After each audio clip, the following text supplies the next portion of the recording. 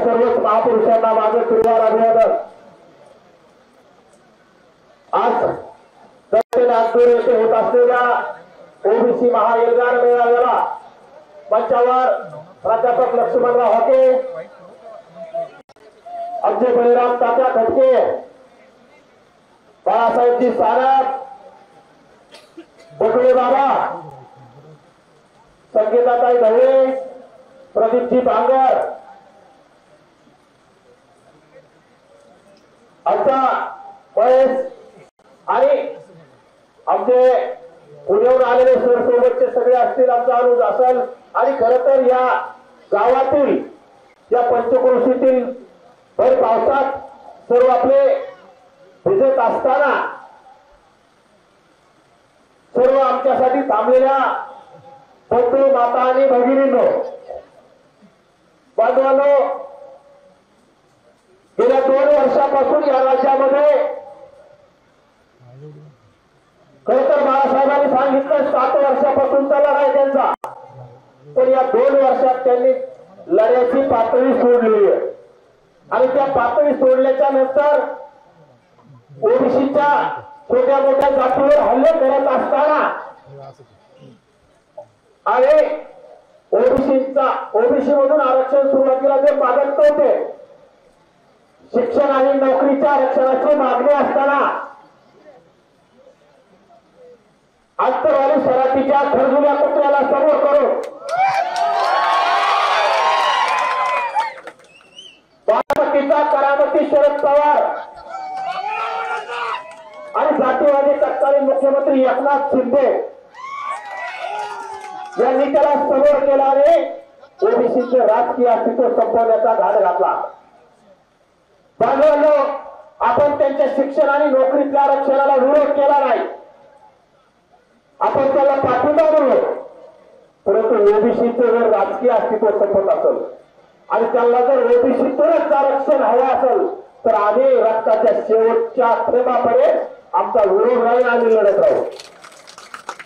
काल प्राध्यापक लक्ष्मणराव हाके सरांनी भावनिक पोस्ट टाकली। सर, भावनिक पोस्ट टाकायची नाही। हाके सर, भावनिक पोस्ट टाकायची नाही, आपल्याला लढायचंय। ओबीसीचं राजकीय अस्तित्व, ओबीसीचं भविष्य जर संपत असेल तर आपण निरंतर बेहतर ओबीसी साठी लढत राहू। ते हल्ले विल्ले होत राहतील। आता बळीराम तात्यांनी सांगितलं, भर हल्ले आणि चोरून काय हल्ले करता। 21 तारखेला माझी गाडी संध्याकाळी चोरून जाळण्याचं काम केलं आणि ते खर्च लोक तुला काय म्हणलं, आम्ही पाठीमागून हल्ले करत काय, आम्ही 6 लोक मराठी जावलात आहोत। ती गाडी नवनाथ वाघमारे स्वतः स्टंट म्हणून जाळली, ती नवनाथ वाघमारेच्या मेहुण्याने जाळली। आता नवनाथ वाघमारे जाळी ती आयुष्यामध्ये स्टंट केलाच नाही, परंतु माझ्या मेहुण्याने जाळली असेल तर मग मी काय लव्ह मॅरेज केलं काय त्या मराठ्याच्या पोलिसमध्ये नाही, कारण जाळणारा मराठा होता ना, त्याची वेळ मला दिलेली का, हे त्या खरजुल्याने सांगितलं पाहिजे ना।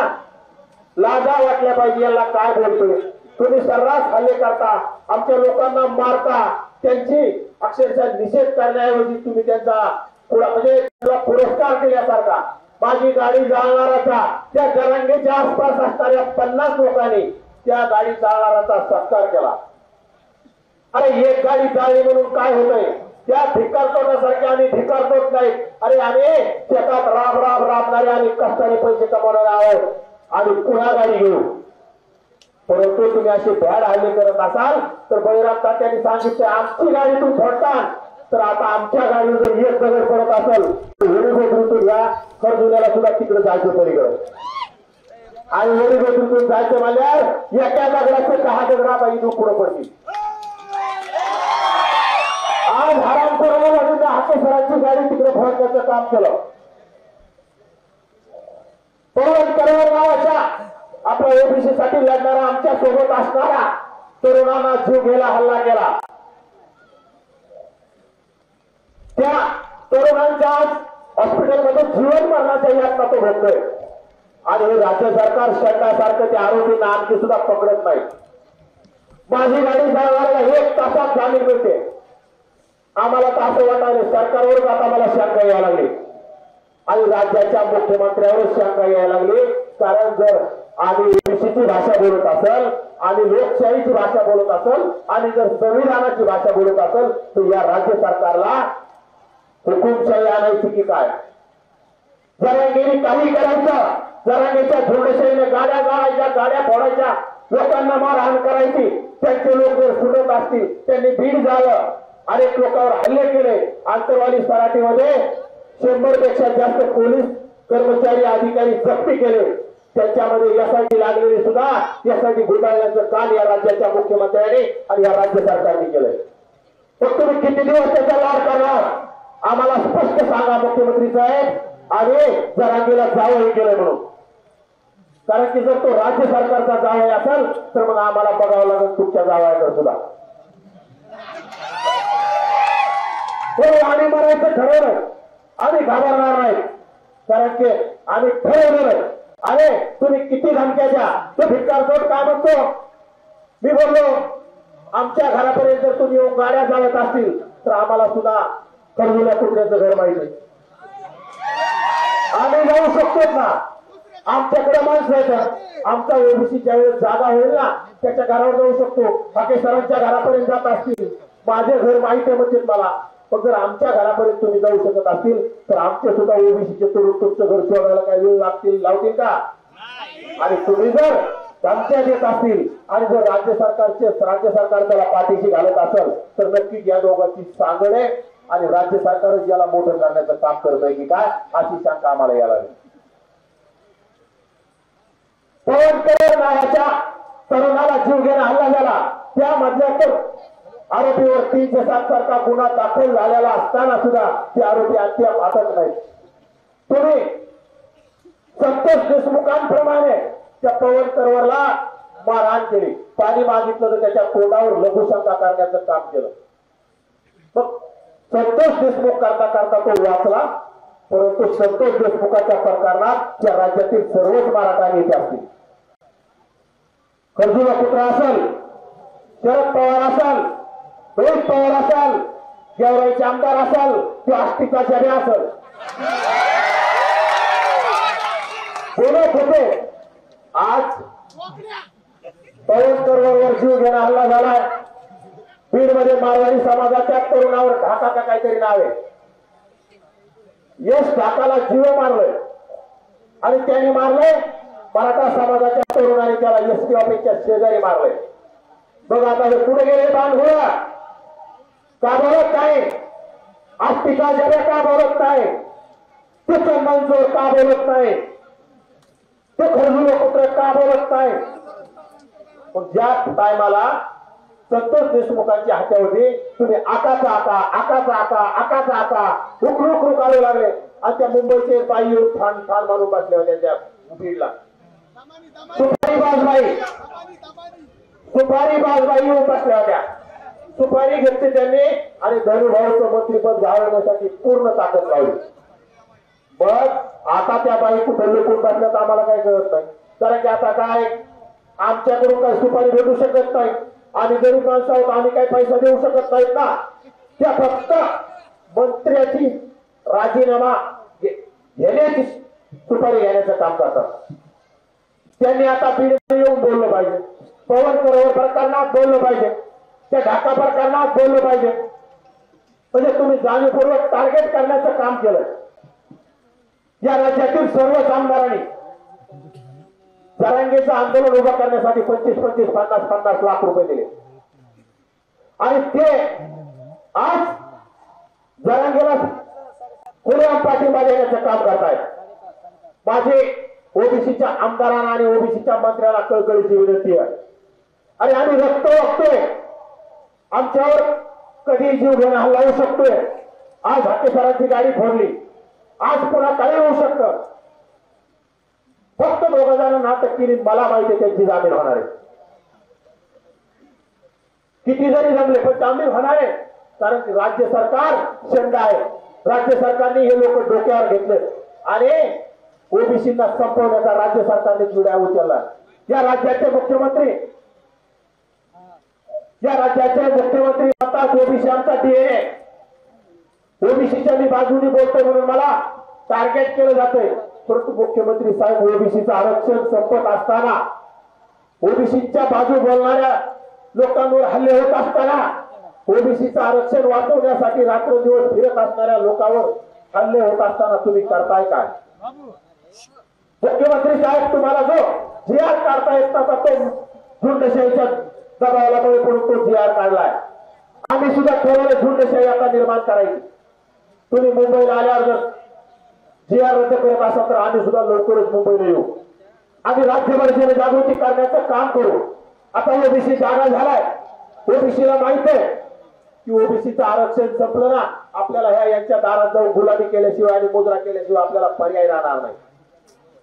आजपर्यंत यांना आपण आमदार करत आलो, खासदार करत आलो, मंत्री यांचे, मुख्यमंत्री यांचे, साखर कारखाने यांचे, दूध यांच्या, शिक्षण संस्था यांच्या, सूतगिरण्या यांच्या, तरी पण त्याला ओबीसीतूनच आरक्षण हवं का? तुमचा ग्रामपंचायतचा सदस्य होते, तुमचा सरपंच होते, तुमचा पंचायत समिती सदस्य, जिल्हा परिषद सदस्य, नगर सेवक, नगराध्यक्ष, या राखीव 56,000 जागा तुम्हाला मिळत्या, त्या संपवण्यासाठी त्यांनी हे घाट घातलाय। परंतु आपल्याला हा घाट हाणून पाडायचं, त्यांचं षडयंत्र हाणून पाडायचं। त्यासाठी आम्ही रस्त्यावरची लढाई ताकदीने लढतोय। परंतु आपल्यामध्ये सुद्धा आम्हाला त्रास देणं सुरू आहे। आम्ही लढाई लढत असताना आम्ही टार्गेटवर आहोत। एकही मंत्री आमची बाजू घेत नाही, ओबीसीचा एकही मंत्री आम्हाला संरक्षण द्या म्हणून म्हणत नाही। आमच्यावर हल्ले झाले तरी एकही मंत्री बोलत नाही। आणि मराठ्याच्या एखाद्या तरुणावर जर हल्ला झाला तर राज्यातले पूर्ण आमदार, मराठ्याचे मंत्री रस्त्यावर येऊन बोलण्याचं काम करतात। खरं तर आता आपल्या ओबीसीच्या मंत्र्यांना सुद्धा जाब विचारण्याची वेळ आलेली आहे। माझी गाडी जावी, फक्त विजय वडेट्टीवार साहेबाचा, बाळासाहेब आंबेडकर, पंकजाताई आणि भुजबळ साहेबाचा फोन आला। कोणाचा फोन नाही। अनेक आमदार ओबीसीचे, त्या पवन कल्याणवर हल्ला झाला, एकही आमदार मंत्री बोलायला तयार नाही। मंत्र्यांनी बोललं पाहिजे। आणि तुमच्या ओबीसीच्या तरुणाला जीवे मारलंय, जीवन मारण्याची तो मरण आता भोगतो हॉस्पिटलमध्ये, आणि आपला एकही मंत्री आमदार बोलत नाही। हे चाललंय काय?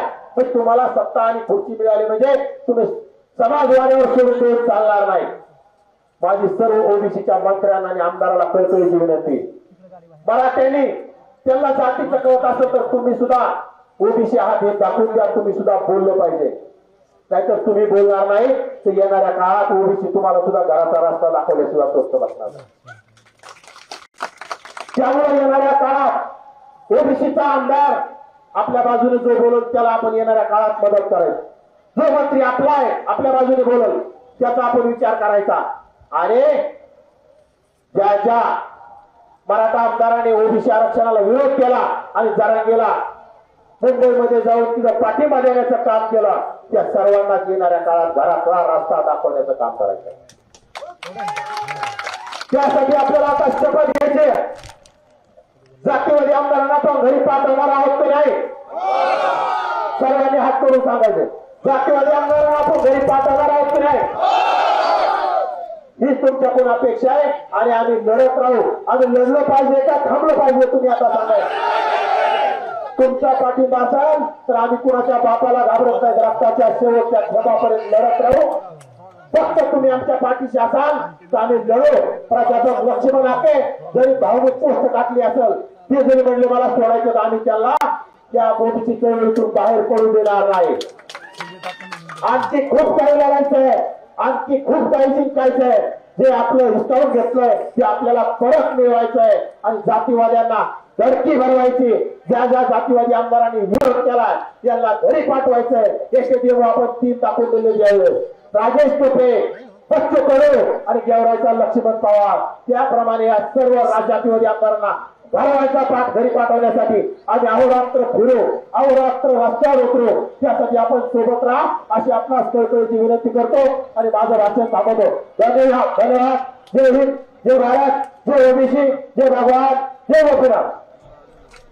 यानंतर आपल्या अखंड महाराष्ट्राचा ओबीसी समाजासाठी लढणारा एक नेता ज्याला आपण गोड क्या म्हणतो का लक्ष्मण हाके साहेब ज्यांच्यावर या पावसामध्ये समाज जमा झालाय देशमुख साहेबांना विनंती करतो आपण या दैत्य आंदोलन परिसरातील या भगवानगड परिसरातील सर्व ओबीसी समाजांना मार्गदर्शन करावं.